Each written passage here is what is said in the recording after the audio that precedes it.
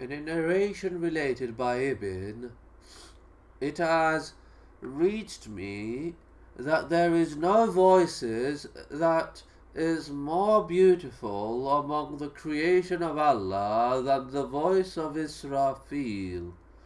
Allah orders him and he penetrates the hearing of others.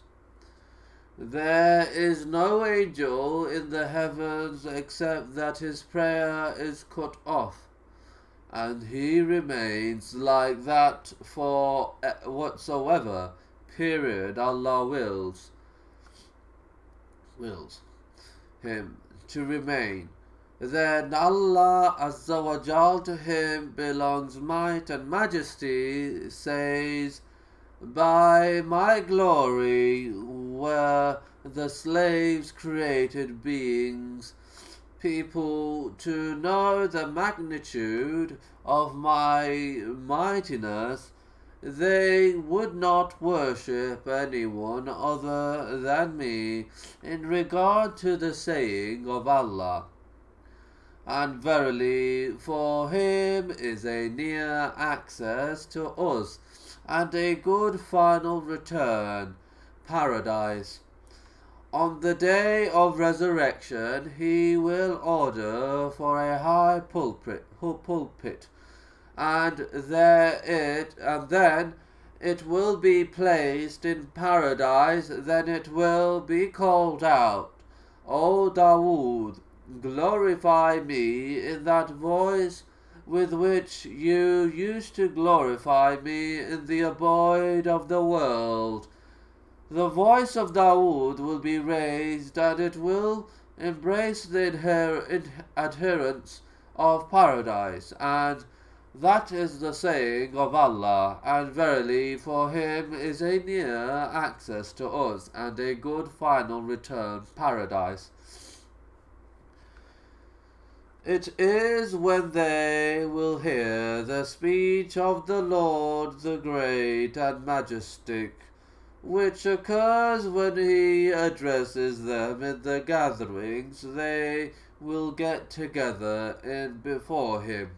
There Allah will address every single one, reminding him of the deeds he performed in the world that will also occur when Allah appears openly to them, and sends peace upon them.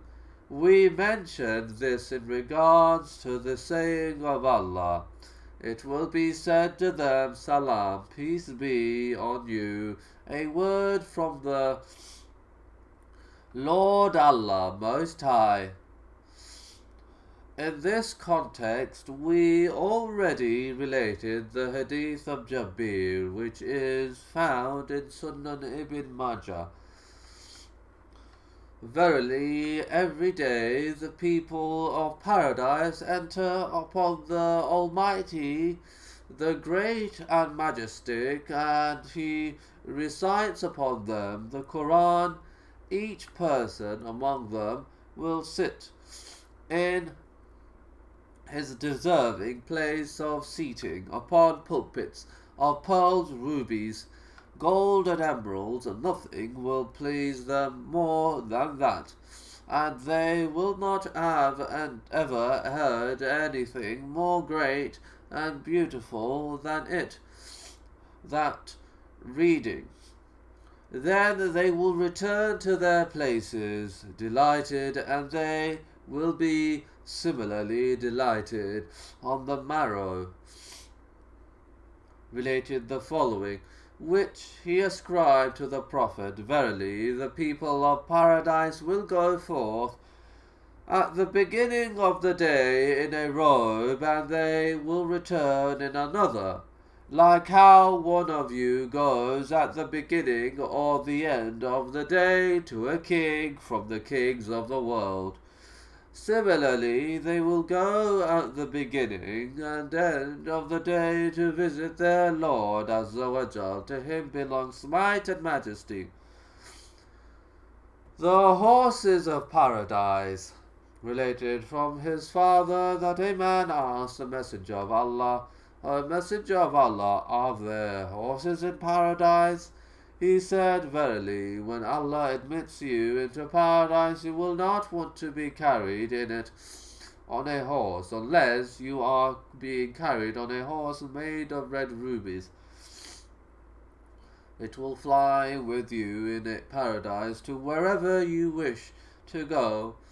He said, and a man asked, "O Messenger of Allah, I am a man who loves horses, so are there horses in paradise?" The Messenger of Allah said, "By the one who has my soul in his hand, there are horses in paradise that are hafaf, thin and light for flying. They travel through the leaves of paradise, so that those who ride on them visit whatsoever and whatsoever they please." Abu Ayyub said, "A Bedouin came to the Prophet and said, 'O Messenger of Allah, I do indeed love horses. Are there horses in paradise?'"